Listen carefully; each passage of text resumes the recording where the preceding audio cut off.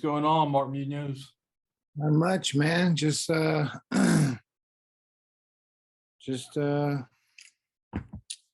here with you. I appreciate you doing this. No problem, man. It's my pleasure. So I guess if you want to get started, one of the first questions I wanted to ask was, where did you get the Filipino wrecking machine nickname? My first manager. His name was Mike Roberts. Super awesome guy. He was like, "Hey man, how about the Philippine wrecking machine as a nickname?" And I was like, "Oh man, that has a good ring to it." And so I came out as the Philippine wrecking machine, and then the Filipino community got like corrected me as to like what it should be. And so since I'm not a brand or like an object or like anything like that, because there it's called like Philippine brand mangoes, like stuff like that. I'm a Filipino, so it went from Philippine wrecking machine to Filipino wrecking machine. So Cool, man. that's how I got my nickname. Yeah, That's awesome. yeah, Um, so I was going through YouTube and I see there's a bunch of stories and interviews of you. I guess you talk a lot about your past with bullying. Do you yeah, mind talking about that a little bit? yeah. No, man, I got bullied. Yeah, for sure. I got bullied, and you know, um, a few times. And there was one time I was running as in middle school or junior high. I was running to the lunch line, and as I was running, someone pushed me in the back, and I fell over, and I saw him run away from me. So I was like, man. So I ran after him, and then as I went through some doors, about five dudes jump on top of me, and started punching me and kicking me, and so I fought, like I just like I was just swinging, and I ended up knocking like three dudes down, and then like two dudes jumped on top of me, and then and then I actually pushed my way into the quad, and then people saw me like struggling, and then that's when they jumped in. So Hmm. uh, and then I got jumped for my shoes, my Jordans. So I talk about that, and how I was walking home, and I had to walk through this pathway that had a 10-foot brick wall on one side and a 10-foot chain link fence on the other. And as I was walking through, people, and I hear people behind me all the time. And as they were walking behind me, I heard footsteps running. So I looked back, and there was about five or six guys looking at me, like chasing after me, and not chasing after me, but looking at me. And then I took two steps, and they're already at full speed, and they shoelace tackled me, and you know started to beat me up. And you know I just I you know I tried with all my might to get up or turn, or like do whatever. And I was trying to push my way up, but there was like one guy on my arm, another guy on my other arm, like two guys on my legs, and then one guy on my back, and then another guy peeling my shoes off my feet. Hmm. God dang. So I'm trying to squirm and stuff, but I couldn't. And then I tried pushing my way up. I got kicked in the face, pushed my way up. I don't remember anything after that. So I just remember waking up in a pool of my own blood and be like, man, it's nuts, crazy. So, and so I just felt ashamed and bruised, battered, and bloodied. And I just, walked home and trying to like, I think I had a black shirt on or something, because I remember the blood not showing up, and I was just like kind of wiping my nose and, trying to, you know, trying to look normal as I walked home. So Hmm. um, walked my head down, and I just walked all the way home. And then my parents came home. They were like, "Mark, what happened to you?" And I was like, because I didn't want to let them know. I didn't want to tell them because I didn't want to worry them. So I lied, and I said, "Mama, I was just playing with people in the backyard." And you know, tripped on the ground. I hit my face, and that's what happened. And so, um, so I just, then I kind of wanted like to hide it, or like, just kind of suppress it within my soul and not let anybody know, you know. Mhm. And you know, and I was fearful to go back to school, you know, because I thought they were gonna, you know, jump me again, you know. So I stayed for a week, and then I went back to school. My parents like, well, I'll go back to school. So I was just walking around, you know, not even engaging with my friends, kind of just like, you know, fearful about like getting jumped again, you know. And so I was in the in my classroom, and one of the guys came up to me and they're like, "Dude, Munoz, what's up, man? Like, you know, um, like, you know, how you doing, man? Like, what, you know?" He was like, "Where your J's at?" And I was like, "I don't know where my J's are at," because I didn't want to tell him, you know. I was like, "I Yeah. don't know where my Jordans are at," you know. And so he just kept talking, kept talking and talking and talking. I was like, "Dude, shut up."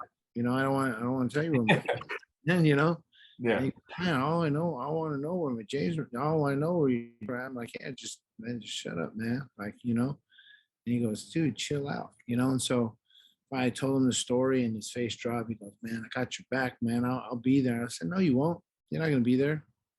You're going to be there 24/7 for me, man. Like, why are you going to even say that, you know? And he goes, well, you know, I got your back, man. He goes, man, you need to learn how to wrestle. I said, wrestle, man. You barely 5 foot nothing, 100 pounds. You know, I'm 5'6", 150 pounds at the time, right? He Yeah. goes, I could take you down in 10 seconds. I said, yeah, right. You ain't gonna take me down, homie. So we went to the back of the classroom because we're in the classroom, and he broke down in the stands. I broke down in the stands, and there was a bunch of people watching. And he shot in, picked me up, and slammed me. And then the teacher goes, "Hey, what are you guys doing back there?" So after that happened, I was like, "Dang, that dude was strong. I want that, you know." And so I went to practice, and yeah, man, the rest is history. You know, I I fell in love with wrestling, and then I got injured. I broke my ankle at a church camp. Couldn't play football anymore, and then I focused on wrestling. And then wrestling, I got a full ride scholarship to Oklahoma State. You know, so I won a state championship. I won 2 state championships in California. I made a Greco World team. Took fifth at the Greco Worlds, and I made a Junior World team, and I took second at the Junior Worlds, and then um, get to Junior Nationals. I got a silver at Junior Nationals, and then I went to high school nationals. I won that. So it was like, you know, I'm just building my name, you know, throughout this whole sport. And this backtrack, never knew that me getting bullied would ever lead me to something like that. You know what I'm saying? Mhm. Because I got bullied, a friend of mine introduced me to wrestling. Wrestling got me to college. And then I, you know, after college, I ended up coaching at Oklahoma State, then getting a job at UC Davis, where I met Uriah Faber. And then Uriah Faber goes, "Hey, homie, you need to learn how to fight." I'm like, "Nah, man, I'm cool." I'm teaching, I'm coaching, I'm getting my master's. I said, man, and I got a wife and 3 kids, one on the way. I said, man, I ain't got time. You know, he goes, man, he goes, you'll make so much money, Munoz. You're gonna be so good. I go, you think so?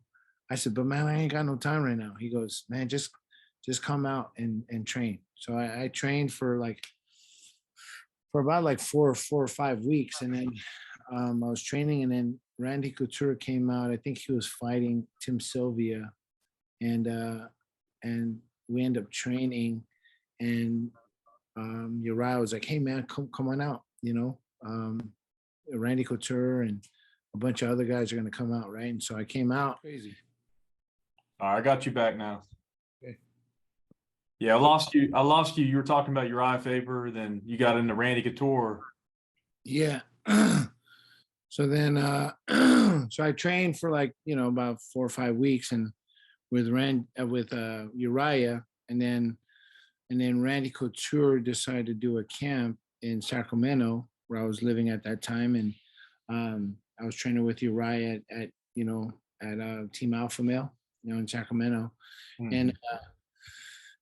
and um, Randy brought his camp, and we were training even before Uriah had his gym.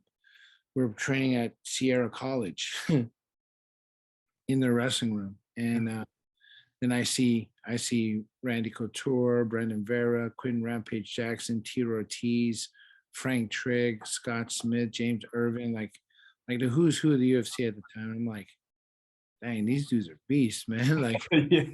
Like, what the heck, and um, so they're like, doing some like pommel drills and some takedowns from the from the over under 50-50 tie. I was like, oh, dude, yeah, what's up? Like, let's go. So I Mhm. was, doing that, like having fun.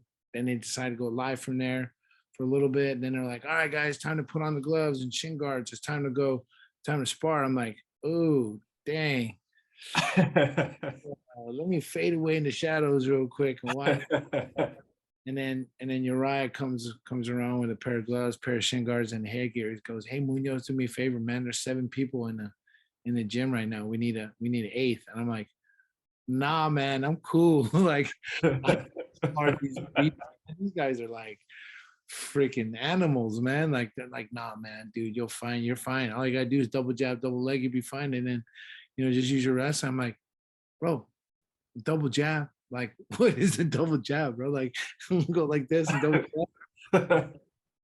And I'm like, "Ah, whatever, and then, I end up putting my gloves on, my shin guards and my headgear. And I'm like, the headgear was so big on me, and I had like a little opening for my eyes. I'm like, "Dude, how am I gonna be able to see kicks and punches coming at me, man?"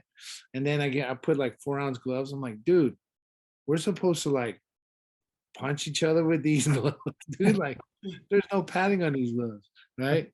Yeah. So, anyways, I'm thinking in my mind, and everybody gets a partner, and then Randy Couture doesn't get a partner. Uh, Defending, defending, the reigning and defending UFC world champion, defending his belt. I'm like, bruh, why I get Randy right now, man? Like, but anyways, um, so then I was like, all right, okay, it's either gonna be him or me, man. So the ghetto came out of me. I'm like, man, it's gonna be him and me. Like, you know. Anyways, Uriah goes, all right, guys, spar. And I'm like swinging for the fences. Right. I'm like, wow, wow. Like, I'm splitting his eyebrows because I'm swinging so hard. Yeah. So, anyways, and he's like bobbing and weaving. And then he grabs a hold of me like classic Randy Couture style. He clinches me and he foot sweeps me. And I'm like, oh, dang. And then I end up grabbing his leg, getting on top. And then I'm on top of Randy Couture. I'm like, wow. So I'm like, okay. So then I'm like punching him, ground and pounding like Donkey Kong in him, right? And he's like, "Oh, no." He goes, "Dude, don't go 20% on the punches." Like, and I'm like, "Oh, bro, my bad, dude. I mean, it's like the first time I sparred really." He goes, "All right, just go 20% on the punches, man. I gotta defend my belt." And like, Yeah. I'm like, "Ah, dude, my bad." So he ends up getting an underhook on bottom, like gets up, spins me against the wall, and I'm like, and like he's elbowing me in the chest, knees me in the bottom. I'm like, dude, I thought we weren't supposed to be doing this, man. Like, what are you doing? Anyway, anyways, I had a time of my life, and then he kind of sat me down. He goes, "Hey, man, you really need to consider doing mixed martial arts because you're a natural." I'm like, dude, you're the natural, bro. Like, you can't say, Yeah. you know. Anyways, when Randy said that, I went home. I said, "Babe, what do you think about me being in doing UFC?" Yeah. I Yeah. said, "Doing UFC." She's like, "What's that?" I said, "When people fight in the cage." She goes, "No, you're not a fighter like that." And I go, "What are you talking about? I can do that."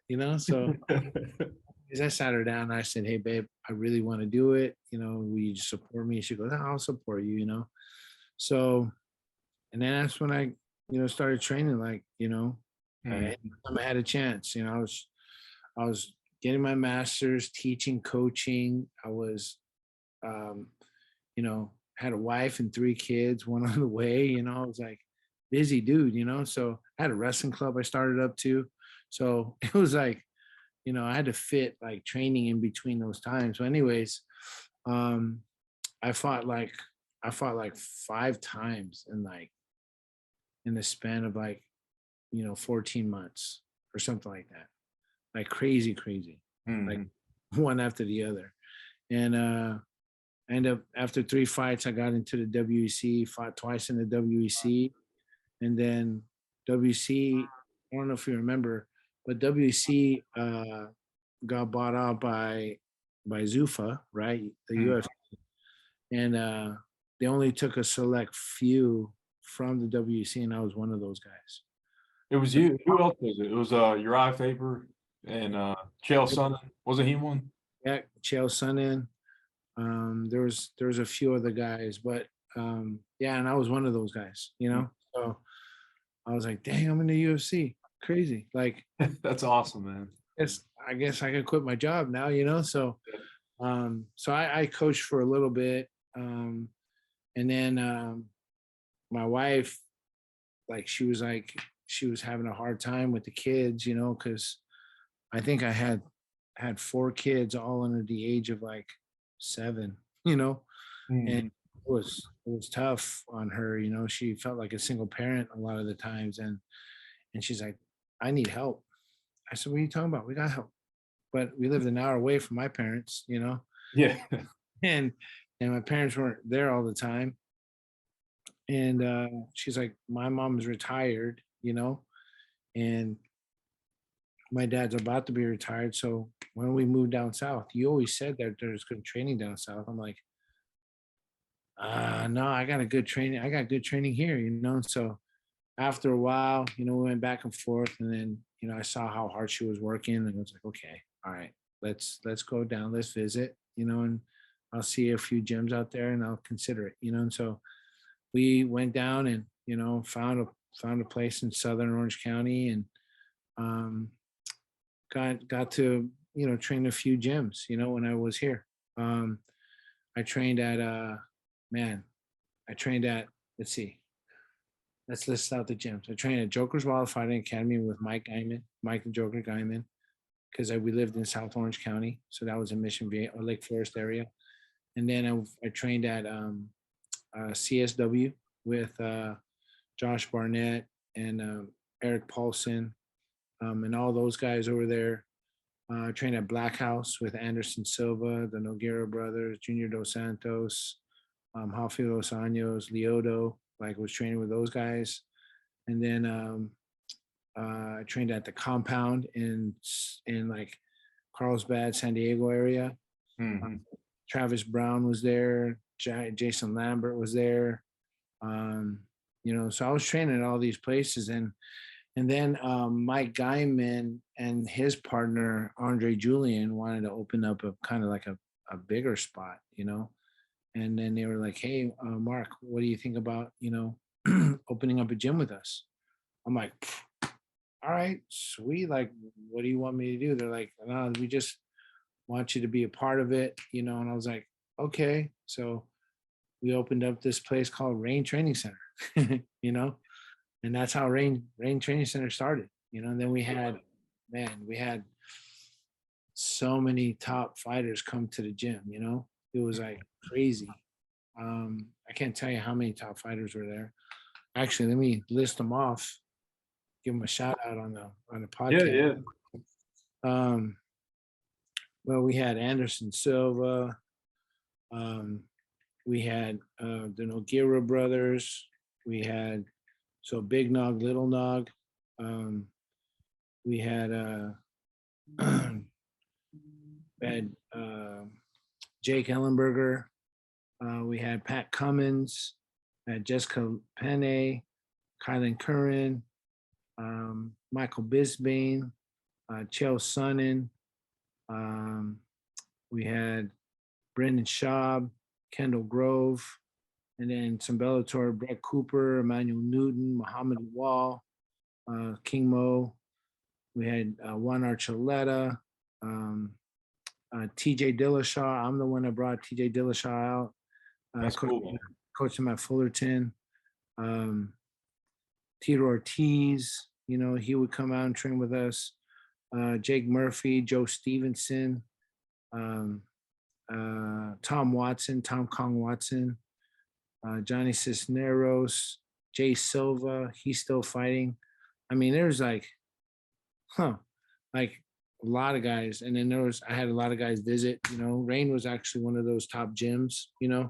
Um, and yeah, crazy. Like, and we had that every day. That's cool, man. And we had sparring. We had sparring Tuesdays and Fridays. Big glow sparring on Fridays, low glow sparring on Tuesdays, and then Monday we had MMA drilling, whether it was ground and striking to takedown and ground and pound, or cage work. We would oscillate all the training and stuff like that, and then we would have questions based upon what guys needed to game plan for against their opponent, whether they were like a jiu-jitsu guy or striking guy or whatever. Mhm. So we would do game plans and strategy like that. But yeah, man, it was crazy. We opened up that gym, and yeah, I fought my whole career out of Rain, and a bunch of other guys did too. So yeah, it was a good time. And then when I retired, I was like, man, I was spending every waking moment there, and I had young kids, and my wife was like, we were having you know long discussions about me being present, me being home, and if I wasn't fighting, I was in the gym, and in the gym for long periods of time, and wasn't spending time with my family too much. So when I retired, it was like, man, I gotta put my family first and shut down the gym, and then all those fighters scattered and went everywhere else, but kept my wrestling club. And now I'm at the training lab, which is in Placentia, like the Fullerton area, and I have guys that are associated with or come to the gym are like TJ Dillashaw, Juan Archuleta, Cub Swanson, um, Jose Shorty Torres. There's I got bunch of guys coming up. Jonathan Santa Maria. I got oh my gosh. Let me see. This is what happens when you get hit in the head, man. Like you don't remember, you don't remember things. That's cool. I appreciate sharing all that, man. That's awesome. Yeah, no problem. Yeah, I just been around the sport for a long time, and I wanted to share with you, so. And then Raymond Daniels, karate guy, he's amazing. He's in karate combat right now.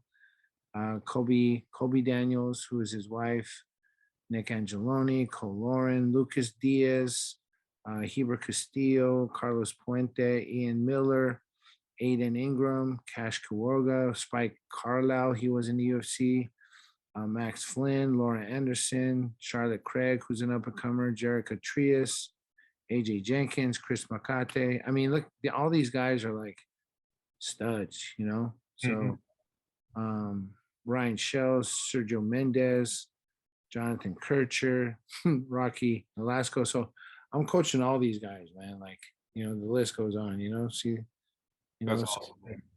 it's pretty cool, man. I get to do what I love and, get paid for it, and I'm coaching my club, wrestling club, and I just got a new job in Tennessee at the Lipscomb Academy in Nashville. And yeah, man, they gave me an awesome package, man. I couldn't refuse it. And I'm going to coach there starting next year. Yeah. So Awesome, man. the family to Tennessee, man. Tennessee. So you're moving to Tennessee full time? Yeah. So I'm moving to the South, man. Okay. Tennessee. I don't know how many Filipinos are over there, but there's going to be one for sure. I don't know. I think I told you we're in North Carolina right now. So that's Okay. right. So, but here soon, me and my girlfriend, we're thinking about moving to Florida. So Nice. South Florida area. So over near Coconut Creek, we're kind of near the top team stuff. That's where ATT's at, right? Yep. So, Yeah. but I love South Florida. So that's kind of That's what we're hoping for right now. Oh, that's cool. That's awesome. Um, do you keep up with all the modern fights going on in the UFC? Every now and then, man. Like I'm busy with my family because my son wrestles on every weekend, almost, and so he's got a full ride scholarship at Oregon State. Um, my daughter, she got married, has a daughter, and I'm a grandpa right now. It's crazy. Um, I'm only 44. Hey, congrats. Congratulations. I'm such a young grandpa, but it's great. It's awesome. And then my two younger girls play volleyball in T Street. So I'm a busy guy, and then I got my club traveling every weekend for tournaments and stuff right now, and then I got my fighters at the training lab. And so I got my hands like full, and then just accepted this job, and so I'm gonna build a program over there, and you know, um, so it's just I'm looking forward to like the future and see and kind of and use my talents, gifts, and abilities to build something, man. So we're very very excited about that. Awesome, man. Well, good luck on that. And Yeah, one more. There was another question I wanted to ask. Did you fight Chris Weidman with a broken foot? Is that right? yeah, like my fifth metatarsal was broken. Yeah. Before going into the fight? Yeah, I taped it up throughout the my whole training camp because I was like, dang, my side of my foot's hurting, So I was just training with it, and then lo and behold, it was like broken me even before the fight, And then I was in the back, I had my foot taped up, and they were like, hey, you can't have tape. Like the commission was like, you can't have tape like that. I go, oh man, it's like like I need support, like Yeah. because my toes hurting, right? They're like, no, you can't have that. I was like, oh man. So I went in there. I was like, dude, I can't really push off my back foot, really, Yeah. So, anyways, I went in there, and I was like, gonna land an overhand right, and boom, he gave me this, like, this. We got the scar right there. Yeah. So he elbowed me as I came in. So it was like a like a collision, and he got me, Hmm. He got me. I wish I had that fight back, But anyways, it is what it is, like and I was just right there. I was ranked in the top 5 for like like 3 or 4 years, like I was You right had there. some, yeah, you had some awesome fights in your career. Yeah, man. I was knocking on the door, but it is what it is, like I wanted to stay in it, but it was my time to retire because, and I'll tell you the story because I didn't want to retire, but my son come up to me, and when he was 13, and he goes, Dad, I'm gonna quit soccer and baseball and I want to wrestle. I go, why? I'm like, you're so good at soccer and baseball, man. Like, why do you want to wrestle? Like, wrestling's hard. You got to make weight. And he goes, I just want to wrestle. Like, I feel like I could be really good at it. I'm like, why? Yeah. Anyways, and then I was like, in a way I was happy because, I was like, okay, like he wants to kind of be like his old man, like he wants to be like his dad. And so, and then he goes, Dad, I want you to coach me. And I was like, oh my gosh, like, and that was like a eye opener, for me. I was like, how can I do that if I'm training for fighting? And my son is basically saying, Dad, I want you here. And my wife has been on me saying, you're never home, you're never present. I'm like, dang. I was like, "Buddy, we're gonna do this, man." So I right then and there, I was like, you know what? I'm done, Yeah. And I was knocking on the door to become a world champ at that time, So I was like, ah, do I keep pursuing this or do I miss the opportunity with my family, And I Hmm. always say, man, if you make decisions based on your family, you'll never regret it, Yeah. Well, family comes first, 100%, in my opinion. 100%. So that's what that was mentality. And so I was like, you know what, buddy, we're gonna do this, you know. So I was like bawling. I was just bawling. And he just had his little like brown eyes looking up at me. I was like, buddy, we're gonna do this. I So think, see, we got a little over 5 minutes left because I just got the basic version of Zoom. okay. It's all good. Let's see, what another question I had was, who was the toughest individual you think you faced in your career? Man, I had a lot of tough fights. So um I would say, Chris Weidman, he was tough, you know. So like I felt like I feel like I could have won that fight though, but How you was know, Machida? Was Machida pretty tough? I trained with Cheetah and we were training together and so at that time I was supposed to fight Michael Bisping, who ended up became my training partner. And he was supposed to fight Tim Kennedy, right? So Tim Kennedy is a lot like me. And Mhm. so I was teaching him like everything, like how to defend a double leg, how to defend a high crotch, how to defend a single leg. And then all of a sudden, Tim Kennedy backs out. Michael Bisping does something with his eyeball, whatever, I don't know. And then I'm like, oh my gosh, like, dude, like, and then Dana White calls me, he goes, hey man, you need to fight Lyoto.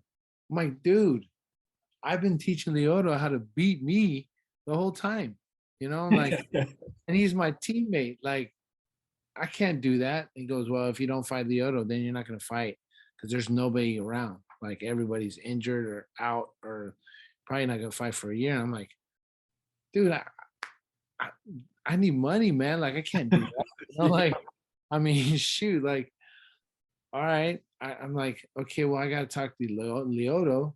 And then he goes, Lyoto said yes already. I'm like, what? He didn't tell me about that, Yeah, And And then Lyoto calls me up like literally 5 minutes after that. And he goes, Mark, I need the money. I need the fight, and I'm like, dude, you could have told me about it first. You know what I'm saying? So I'm like, dude, what are we gonna do? Like, where our coaches are gonna go, And then Rafael Cordero over at King's MMA ended up going to his corner. And I've been with Rafael Cordero for Master Rafael for like dude, 4 years, and so he knows everything about me. So, anyways, it just messed with my mind, man. for It sure. was a week. It was a week preparation. And I was like, dude, like Lyoto knows everything about me. He knows all my takedowns, and we didn't even really spar. Um, like we didn't even spar. We just did wrestling and jujitsu. So I didn't get used to his timing and distance and his, you know, I didn't get used to all of that. So I was like, dude, he knows everything about me. Rafael Cordero goes in his corner. He knows everything about me as far as striking. So I'm like, dude, I was just like, I was beside myself. I was like, dude, this is dumb. You know, For sure. Well, you have nothing to be ashamed of. I mean, you had a amazing career. I I mean, appreciate that, man. Like I appreciate that, and I was knocking on the door. yeah, And a lot of people can't say that. I mean, I was ranked in the top 5 for like 3 or 4 years. So all good, man. Like and I made a lot of great friends. Still talk to a lot of guys. Till still to this day. So yeah, man. I'm blessed, man. For sure, I'm blessed. awesome, man. Well, good deal. Well, I know you said you don't really watch any of the fights now, but did you see Islam is fighting Volkanovski this weekend on Saturday? What I heard about it. I Who do heard you about. who do you have winning that one? Um. You had the pick. I mean, I always pick the wrestlers, man. I like the wrestlers. But Volkanovski, he's tough, dude. He might pull it off. I had Islam, but Volkanovski. I mean, if there's anyone that's going to beat him right now, it's Volk. He's tough. But Islam, man. I mean, he just drags you down and he Yeah, makes you fight his fight. You know what I'm saying? Like for he's sure. really good at that. So Volkanovski, man, he. I mean, if he catches him, For like sure. he can get him. But man, like you best believe it's gonna be like a wrestling match. He's gonna close the gap real quick and drag him to the mat. So yeah, that's how I see the fight going. I agree. I agree with you. Yeah, yeah, I guess we'll wrap it up here. Does that work for you? that's cool. That's cool. Cool, man. Well, I appreciate it, Mark, and this is awesome that I could get you on here, and thanks again. Yeah, no, Um, like I said, if hopefully this thing takes off, and in the future maybe we get you back on the show if you want to come back on. yeah, for sure, for sure. It'd be great. It'd be great. Yeah, let me know. Sounds good. Awesome. All right, man. Well, what time is it there where you're at right now? It is 10:23. I know it's like 1. Yeah, it's like 1:23 a.m. right now. But, Yeah, I know. yeah. It's crazy. Yeah, Well, thanks again. I appreciate it. no problem. My pleasure. All right. I'll see you, man. Take care. All right. Thank you.